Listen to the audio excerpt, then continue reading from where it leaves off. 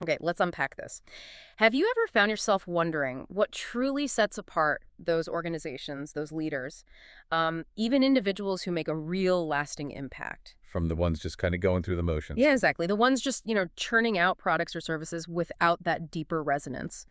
It's a question that cuts straight to the heart of, well, what motivates us? How we connect as humans? Hmm.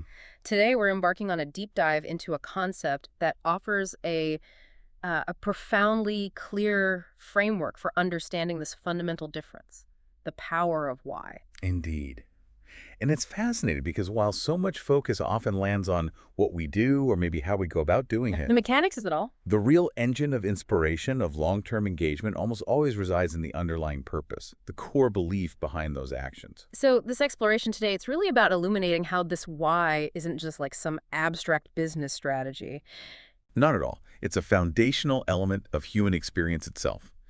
And we'll be drawing insights from, well, a real rich tapestry of thinkers, influential leaders, pivotal historical moments, Yeah. all of which shape our understanding of motivation, persuasion, and, you know, ultimately personal fulfillment. Our journey today is all about exploring this powerful idea. We'll start with a revolutionary insight, really, into why we make the choices we do. Hmm. And then we'll trace how this single principle has kind of echoed across centuries and through countless contexts. We'll specifically unpack Simon Sinek's compelling start with why philosophy. The golden circle thing. Exactly, which offers such a clear model for understanding this shift, from the superficial to the deeply motivating. You're going to see how understanding and clearly articulating your own why can literally transform everything. Everything. Leadership, careers. Your approach to leadership, your career path, right down to your most personal sense of purpose. This perspective, it really does clarify so much, and I think it will spark some genuine breakthroughs for you listening. Get ready for some aha moments, definitely. Okay, let's kick things off with an idea that honestly sounds simple, but it's truly revolutionary. People don't just buy what you do. They buy why you do it. Right, exactly. This premise argues that the underlying purpose, the cause, or the belief that's what truly inspires action, fosters loyalty, builds that lasting connection. And this is the bedrock of Sinek's work, isn't it? Encapsulated in his concept of the golden circle. That's the one. It's such a powerful visual he uses to illustrate this point. Imagine three concentric circles. Okay. The outermost circle, that's the what products you sell, what services you offer, maybe what job you do. Pretty straightforward. The tangible stuff. Right. Then the middle circle is the how Yeah. you do what you do. Maybe it's your unique process, your differentiating factors, your particular strengths. Your USP, sort of. Kind of, yeah. Uh. But at the very center, the most crucial part is the why. Your purpose, your cause, your belief. It's the reason your organization exists, or, the reason you get out of bed in the morning. And the magic, according to Sinek, is all in the direction we approach this. Most people, most organizations, they communicate from the outside in. Right. They start with what? Yeah, they tell you what they do, then maybe how they're different. And if they ever get to the why, it's almost an afterthought. Exactly. But truly inspiring leaders, inspiring organizations, they flip it. They communicate from the inside out. Starting with why. They start with their why, then move to their how, and only then get to their what. And this resonates so profoundly with us, doesn't it? It absolutely does. And there's actually a biological reason for it, which is fascinating. Oh, interesting. Tell me more. Well, when we communicate from the outside in, focusing on the what and how, we're primarily engaging the neocortex of the brain. Okay, the rational part. That's our rational analytical part, yeah. Yeah.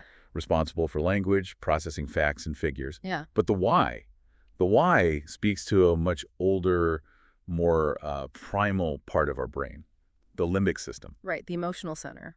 Exactly. This system is responsible for all our feelings, trust, loyalty, and crucially, all human behavior and decision-making. But here's the kicker. It has no capacity for language. Ah, okay, so words don't quite reach it directly in the same way. Not in the same way facts do. So when an organization communicates its why first, it connects directly with that gut feeling, that intuitive sense we often have about decisions. That explains so much. It's why we might feel a strong pull towards one product or leader over another, even if the rational facts, the what and how, seem pretty similar on paper. Precisely. We often make decisions with our gut, with that limbic brain, and then we rationalize them afterwards with the facts and figures the neocortex understands. So the why bypasses that rational filter, essentially. It goes straight to the heart of what inspires trust and loyalty. It feels right. That makes so much sense. We've all had those moments where something just feels right or feels wrong, but you can't quite put your finger on why. Let's look at a concrete example Sinek often uses. Dell. For years, Dell was incredibly successful, right, as a computer company. Hugely successful. They nailed the what's building and selling PCs and their how, that direct-to-consumer model, the efficient supply chains. Highly effective. But then they tried to expand. They tried getting into PDAs, MP3 players. Remember those? Exactly. And what happened? It just didn't resonate with customers. It didn't feel right. You're absolutely right. And what's particularly fascinating about the Dell conundrum is that they had the technical capability. They had the manufacturing prowess to create these new products efficiently. So the what and how were potentially there. They were. But customers simply couldn't connect with Dell in that space. People saw them as a computer company, full stop. So their attempts felt inauthentic. That's a good word for it. There wasn't a clear articulated why for Dell to be making MP3 players that went beyond just, we make technology products. It didn't transcend the... Exactly. The underlying purpose, the belief that made people trust Dell for computers, it just didn't extend to these new ventures. Now, contrast this with Apple. Ah, the classic comparison. Right. When Apple launched the iPod and later the iPhone, they weren't just selling gadgets, were they? No, it felt different. They were selling their why, challenging the status quo, thinking differently, empowering individuals to be creative and express themselves.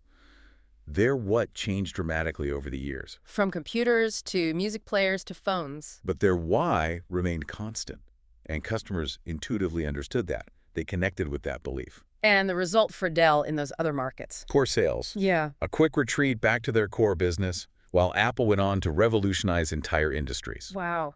It truly highlights that without a compelling why, even efficient products, good products maybe, struggle to find traction because they fail to build that essential trust and loyalty. The connection isn't there. It's all about the why. Okay, so that's a great business example. Now let's pivot slightly. Think about Walmart in its early days under Sam Walton. Okay, Sam Walton. A different kind of giant. Definitely. But here was a leader who clearly understood his why. He wasn't just building discount stores across America. No, his core purpose, his why, was really about serving rural communities, wasn't it? Improving the lives of everyday people by making goods more accessible and affordable. And he believed in doing that by empowering his employees, enriching others. Absolutely. If we connect this to the bigger picture, Walton's why wasn't primarily about just accumulating wealth for himself. It was about fostering a principle of mutual exchange and service. So the how was extreme efficiency, customer focus. But the why was bringing value to the masses and creating opportunities for his own people, his associates. There's a great quote from Earl Nightingale. Oh, I love Nightingale's work. Yeah, he stated, "Any person who contributes to prosperity must prosper in turn himself, and that no man can get rich himself unless he enriches others." And Walton seemed to embody that. He really did. His policies, like paying good wages for the time, offering stock options to employees, keeping people working, it wasn't just good business sense. It was an expression of his deeper belief. His why. His why. That by enriching those around him, his customers and his associates, the company would naturally find prosperity. Money and success, in this view, were never the primary cause. But always a result of that service-oriented purpose. Exactly, the result of living the why. And this brings us to a really crucial point about the why, something Sinek also emphasizes. It's not static, is it? It's not just a statement you frame on the wall. No, it has to be a living, breathing commitment. Right. Because after Sam Walton's death, well, there's a strong argument to be made that Walmart, over time, began to lose sight of that original why. The focus shifted. The what and how remained the huge scale, the low prices, the logistics were still impressive, but the spirit behind it, that dedication to employee welfare, to truly serving communities, that sense of mutual enrichment, it started to erode, didn't it? That's a critical insight, because it demonstrates the fragility of purpose.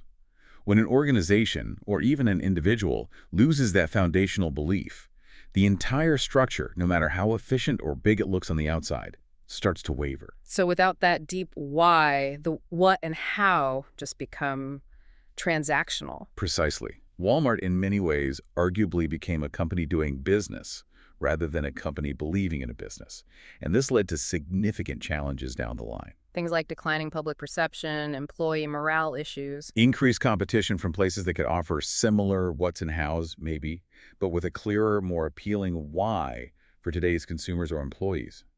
It just underscores that for a why to truly drive lasting impact, it must be consistently embodied, lived, and recommitted to by leadership and everyone involved. It's the soul of the enterprise. It really is. And without it, even a giant can stumble and lose its way, lose that connection, that loyalty. So if the why is so crucial for organizations big and small, what does this all mean for us as individuals? This deep dive isn't just for CEOs, right? Absolutely not.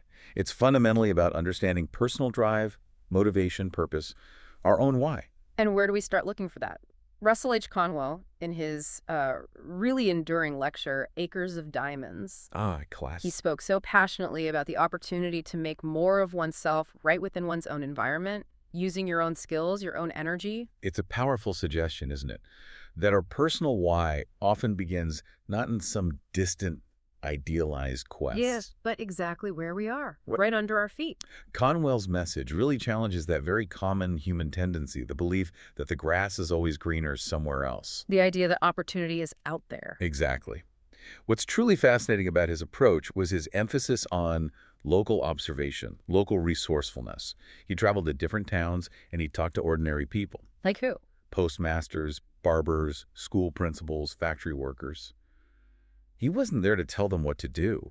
He wanted to understand what opportunities they had and what they had failed to do. So he was uncovering potential right there. Precisely. He wasn't urging them to pack up and chase fortunes elsewhere.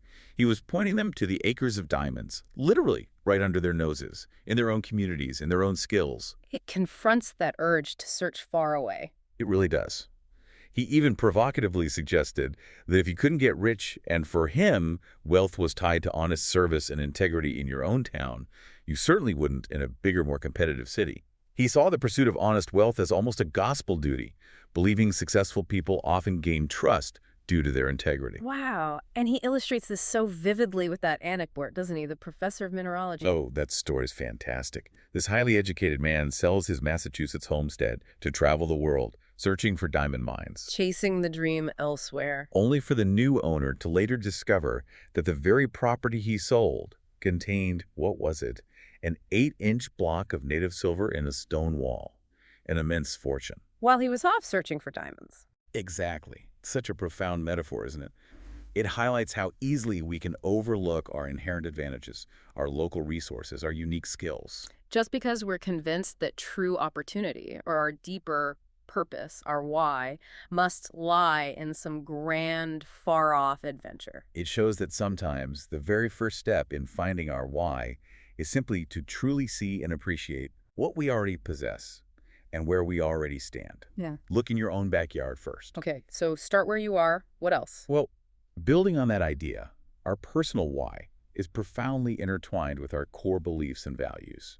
Tony Robbins. Another big name in this space. Definitely. He consistently highlights our perception of life and therefore our actions and results are shaped by our beliefs.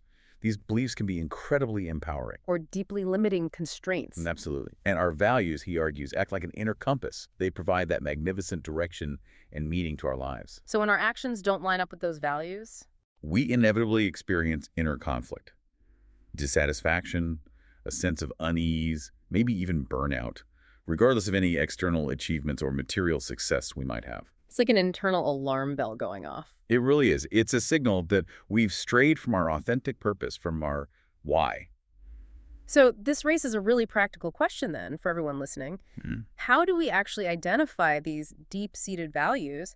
And then, crucially, how do we consciously align our actions with them? Yeah, great question. Robbins offers some powerful methods. He talks about understanding your neurophysiological states and internal representations. Okay, that sounds a bit complex. It can sound that way, but essentially it means becoming aware of how you visualize and interpret your experiences in your mind, your internal pictures, sounds, feelings, and also how your physical state, like your posture, your breathing, your overall energy level, is all interconnected with your emotional state. So paying attention to when you feel energized or drained. Exactly. If you consistently feel energized, passionate, truly alive when doing a certain activity or thinking about a certain idea, That's a massive clue pointing towards a core value. Hmm. He also advocates for asking yourself really direct questions like, what do you want more than anything else? And then, Then writing it down. Not just thinking it, but defining it as a clearly defined single goal. This process isn't just theoretical navel-gazing. no, it's about making the unconscious conscious. Precisely. Yeah. Actively bringing your unconscious drivers to the forefront, making them explicit, tangible, and actionable. It's recognizing, as Robin says, that you literally begin to change your life the moment you make a new conscious decision that aligns with that deeper understanding.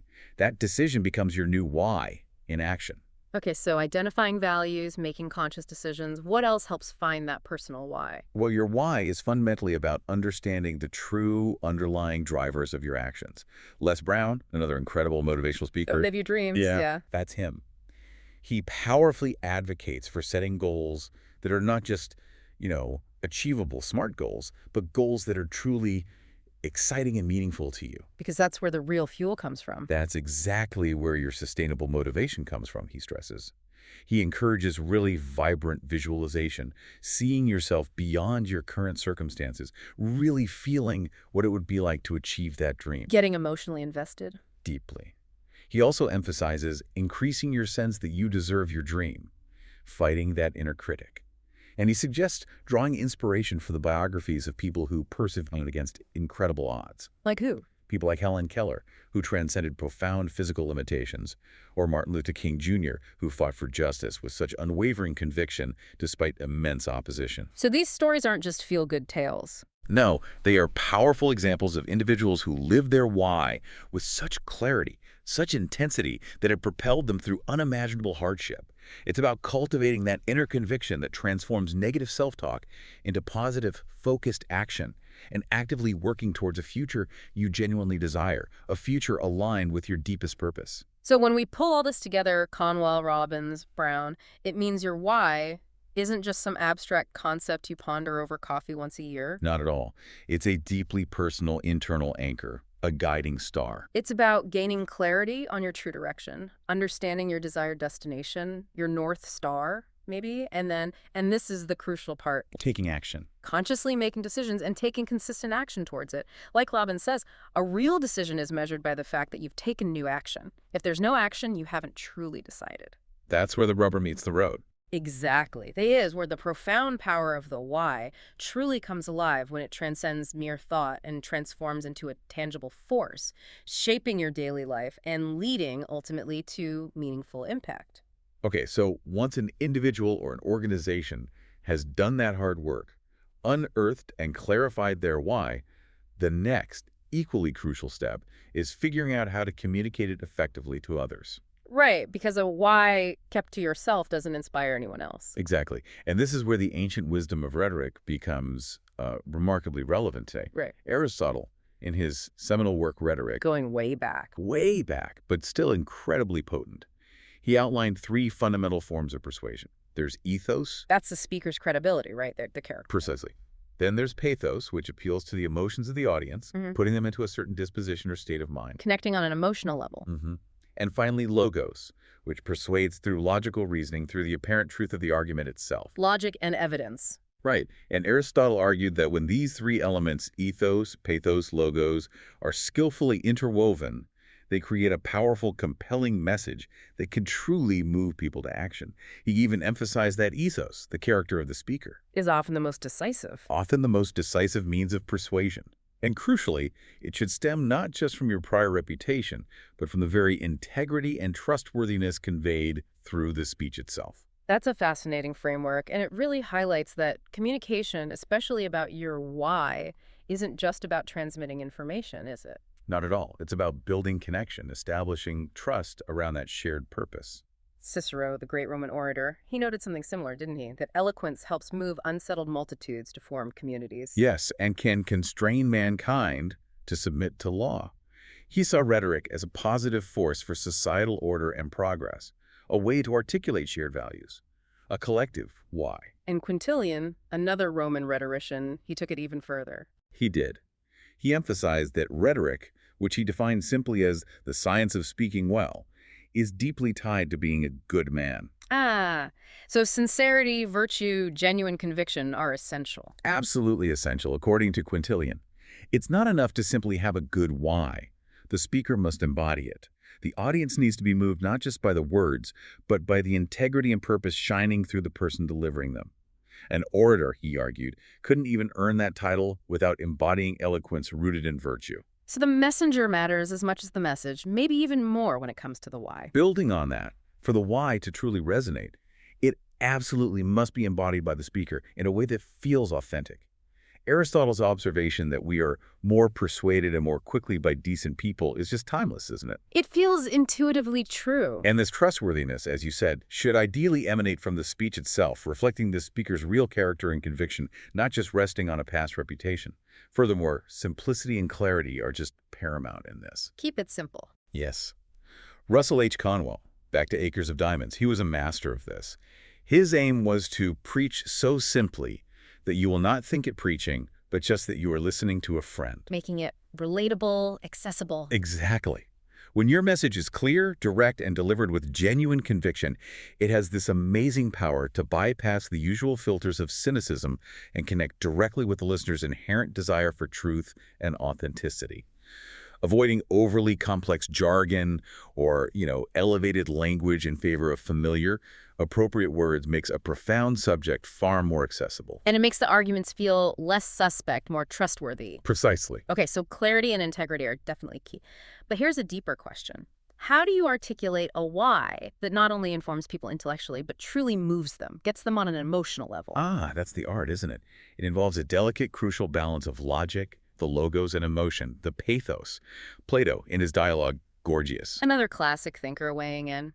he draws a fascinating contrast between what he calls a mere knack, just like persuasion without genuine knowledge or deep understanding, and true art, which is grounded in rational account, in real knowledge. Okay, so knack versus art. Explain that a bit more. Well, Plato suggests that a surface-level persuasion, the knack, might just satisfy immediate desires or opinions, but it could actually be detrimental in the long run because it lacks a foundation in truth or goodness.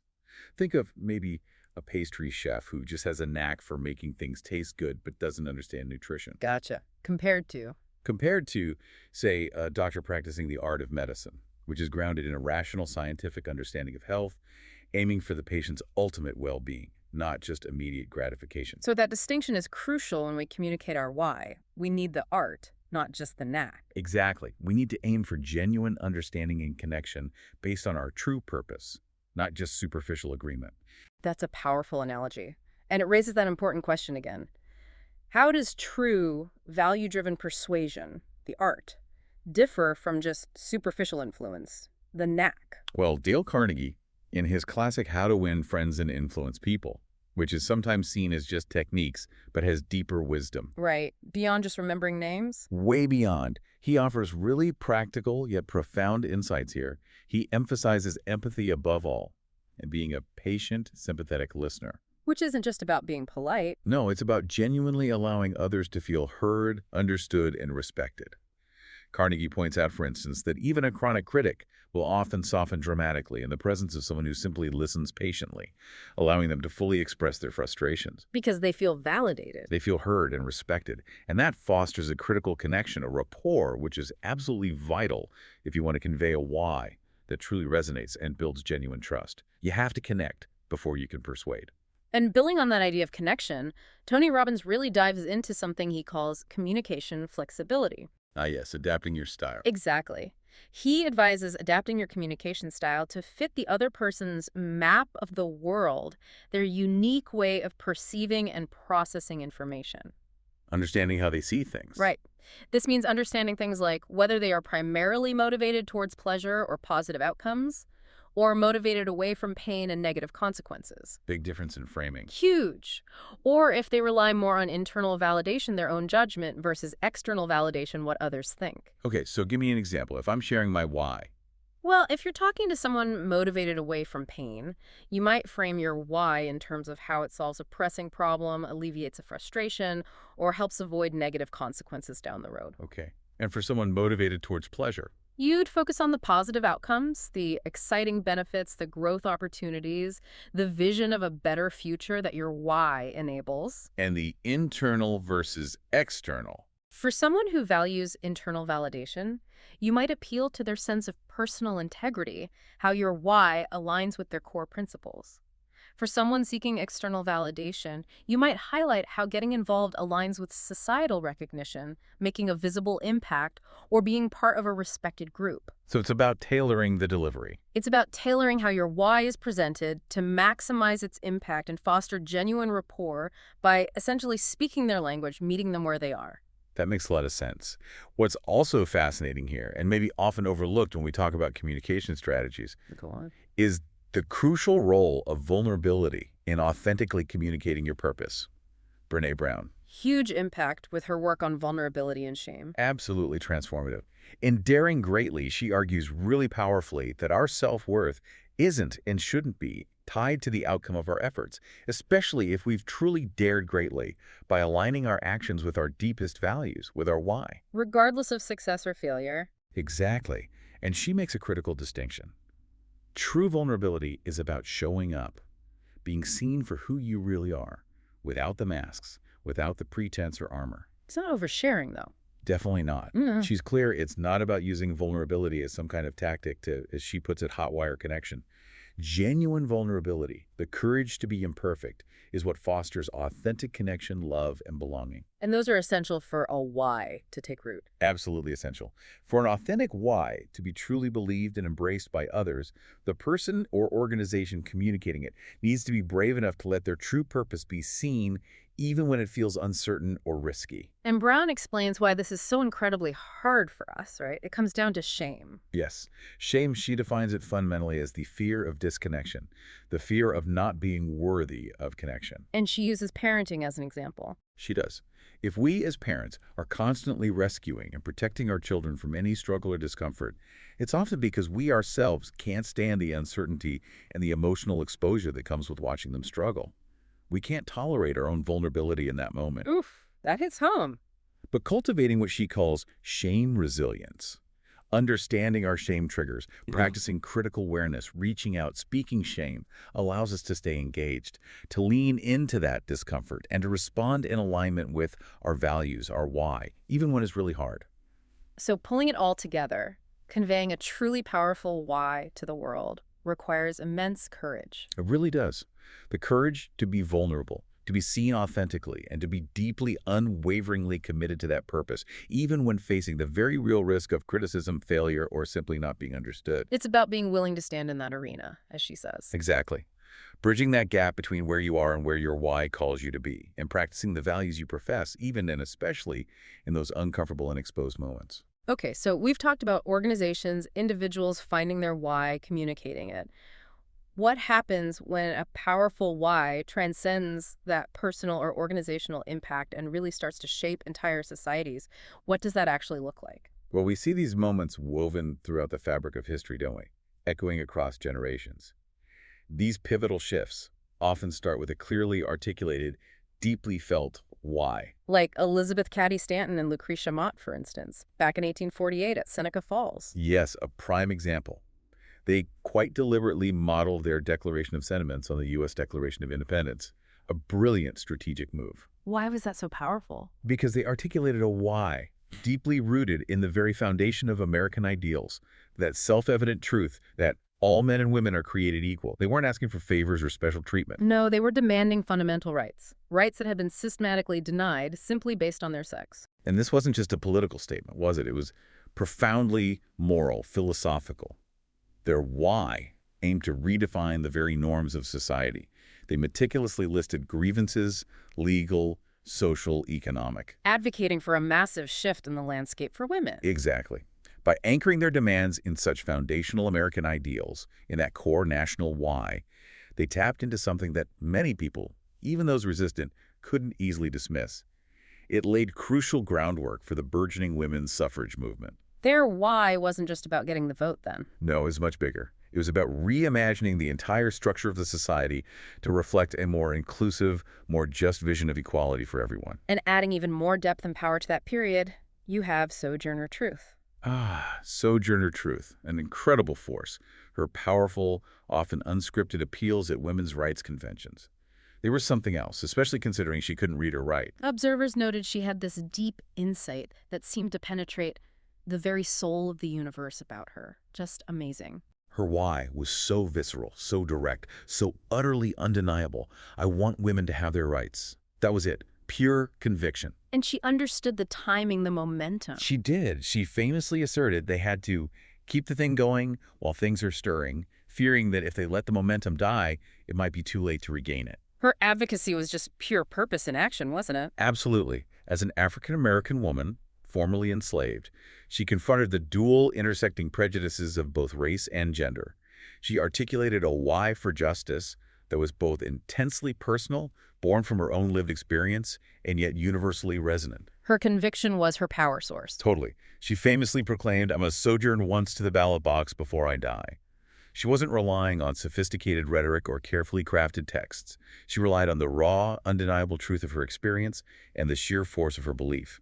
Her why transcended formality and connected because it came from that unwavering belief in fundamental human dignity. And of course, we have to talk about Martin Luther King Jr., his I Have a Dream speech. A monumental articulation of a why, perhaps one of the most powerful examples in modern history. Delivered during the March on Washington, rooted in justice, freedom, equality for all Americans. And remember how he framed it. He declared that America had essentially given its Negro people a bad check, a check which has come back marked insufficient funds. Such powerful imagery. He wasn't just listing grievances, though. No, he was appealing directly to a national why, the core American creed of life, liberty, the pursuit of happiness, opportunity, justice, a promise that had yet to be fully realized for a huge portion of its citizens. And his words resonated so deeply, and still do. Because they tapped into that profound moral purpose, that shared ideal, urging the nation to finally live up to its highest aspirations. He also crucially emphasized the how of the struggle. Right. The means were as important as the end. Exactly. Stressing the importance of conducting the struggle on the high plane of dignity and discipline, meeting physical force with soul force. The why guided the how. It raises that important question about these figures, doesn't it? How do leaders like Stanton, Truth King, inspire such profound action, get people to risk so much, even when facing immense opposition and deeply entrenched systems? It often comes down to tapping into a shared higher purpose. Think about John F. Kennedy in his inaugural address. Ask not what your country can do for you. Ask what you can do for your country. Right. This wasn't a transactional appeal about benefits or programs. It was a call to collective responsibility, to service, to a higher purpose beyond individual gain. And he extended that globally, too. He did. He spoke not of what America would do for other nations, but what together we can do for the freedom of man. He appealed to a universal human purpose, a shared why that transcended national borders. Similarly, Patrick Henry, way back during the Revolution. His electrifying cry, "Give me liberty or give me death," that was a direct, incredibly passionate appeal to a fundamental why, the core value of liberty itself. It galvanized people facing overwhelming odds. It absolutely did. It reminded them, as he said, that they were not weak if we make a proper use of those means which the God of nature have placed in our power. In both JFK's and Henry's cases, the leaders tapped into a profound, shared sense of purpose that made immense sacrifices not just thinkable, but noble, even desirable. The why made the what, fighting, serving, meaningful. But inspiring action isn't solely about these grand, historic speeches that move millions, is it? It's also about the sustained, sometimes quiet, often grueling commitment to a why in the face of ongoing adversity. That's a crucial point. Think about Elie Wiesel, the Holocaust survivor and Nobel laureate, reflecting so profoundly on indifference. He said the opposite of culture isn't ignorance. The opposite of faith isn't atheism. It's indifference, yes. He argued that indifference is essentially equal to evil, creating a moral imperative for us to act, to bear witness, even when those in power seem deaf to our pleas. That evocative phrase he used, we knock on the door sometimes with our head. And one of the two will break, either the head or the door. It speaks volumes about an unwavering commitment to purpose, a refusal to accept the status quo, the sheer persistence required when confronting seemingly insurmountable obstacles. He highlighted that simply knowing about suffering isn't enough. Not nearly enough. One must be compelled by their why, in his case, memory, justice, humanity, to actively do something, to not be silent. What's truly compelling about Weasel's message, too, is his call to sustained effort despite immense despair, particularly regarding memory and justice. He acknowledged the profound challenges. He even stated very candidly that he forces himself to be hopeful because there is an ongoing assault on Jewish memory with attempts to discredit survivors' testimonies even decades later. Wow, that exemplifies such a profound commitment to a why. It transcends personal comfort, convenience, even natural despair.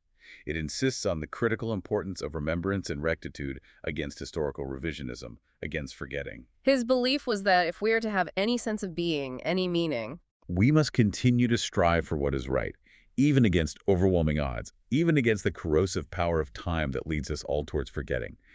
It's a testament to the enduring, almost defiant power of purpose. and you see that same kind of tenacious commitment to a why in figures like, say, Ruth Bader Ginsburg. Absolutely. As a Supreme Court justice, she exemplified this not just in her majority opinions, but often most powerfully, most enduringly in her dissents. She believed an effective dissent wasn't just complaining. No, it had to stand on its own legal footing, spelling out the differences clearly, logically, but doing so, she stressed, without jeopardizing collegiality or public respect for and confidence in the judiciary. A careful balance. Her why was that unwavering commitment to the ideal of equality, of justice. Even when she stood in the minority, she used her dissent strategically, didn't she? Not just to disagree in the moment, but to lay a foundation, provide ammunition for future legal arguments. Signaling that a majority opinion was, in her view, profoundly misguided and deserved reconsideration down the line. It was a long game of justice, played with a clear, enduring purpose. Her dissents were a powerful manifestation of her why, a testament to how sustained commitment, even from the minority position, can eventually shape the future. And maybe zooming out to a broader societal level again, Theodore Roosevelt, he articulated a very clear why for government itself. He did. He said, "The true object of democracy should be to guarantee each man his rights, with the purpose that each shall thereby be enabled better to do his duty." So, rights enable duty. Interesting. And he believed profoundly that a nation amounted to anything if it did not have within its soul the power of fealty to a lofty ideal. That shared purpose again. This speaks directly to the enduring necessity of a shared why for collective action, for national purpose. Particularly, he argued, in balancing human rights and property rights, where, in his view, human rights, the well-being of people, must always take precedence when the two conflict. He envisioned a government actively ensuring justice and opportunity. Yes, for all, not just a select few. Reminding people, we wish peace, but we wish the peace of justice, the peace of righteousness. It's a powerful vision of a nation bound, guided, and sustained by a collective purpose, a shared why. Hashtag outro. So as we bring this deep dive into the power of why to a close, it just seems abundantly clear, doesn't it? Whether we're examining a multi-billion-dollar company trying to navigate market shifts, Or a social justice movement striving for fundamental change. or even just your own personal journey, figuring out your career, your fulfillment, the most profound and lasting impact consistently emerges from really understanding and then articulating that core why. It's the common thread. It's that conviction that fuels the passion, that inspires that unwavering loyalty we talked about, and ultimately it possesses the power to change things. Not just small corners of the world, but potentially the larger world itself. It's what transforms mere activity, just being busy, Into meaningful action. And simple products or services into truly beloved brands or causes. if we connect all the threads from these really diverse sources we've touched on today. The consistent insight, the takeaway that just keeps emerging is this. Purpose precedes performance.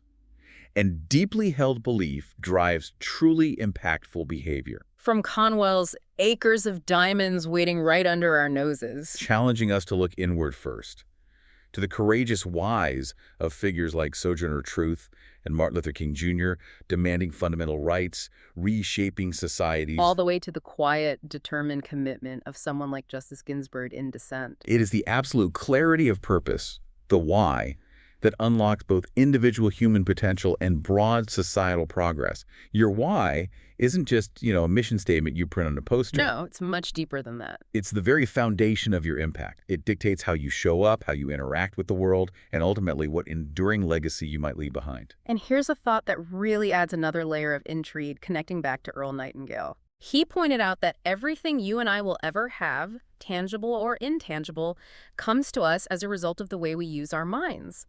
He believed the highest function of our minds is to think creatively, to innovate, to solve problems, to imagine better futures. Power of the mind. Exactly. So if that's true, how might purposefully seeking out, defining, and then relentlessly communicating your deepest why, how might that unlock even more of that extraordinary creative power, that innate ingenuity? So the why could be the key to unlocking our mental potential. Could the core purpose, the ultimate why, be the very key that unlocks the full potential of that inexhaustible storehouse, the human mind that Nightingale spoke of? It's a fascinating possibility. Something to think about. Definitely. And that leads us to our final provocative thought for you, the listener. Consider this. If nothing is done perfectly and everything in the world remains to be done or done over, as Nightingale so sagely observed, Implying endless opportunity. right, then what deeply held why might be stirring within you right now, maybe just below the surface, waiting to be articulated, waiting to be courageously acted upon? A why that could transform a significant piece of your world. Or maybe even contribute to a much larger, more meaningful one for all of us. What's your next why that needs to be brought to life?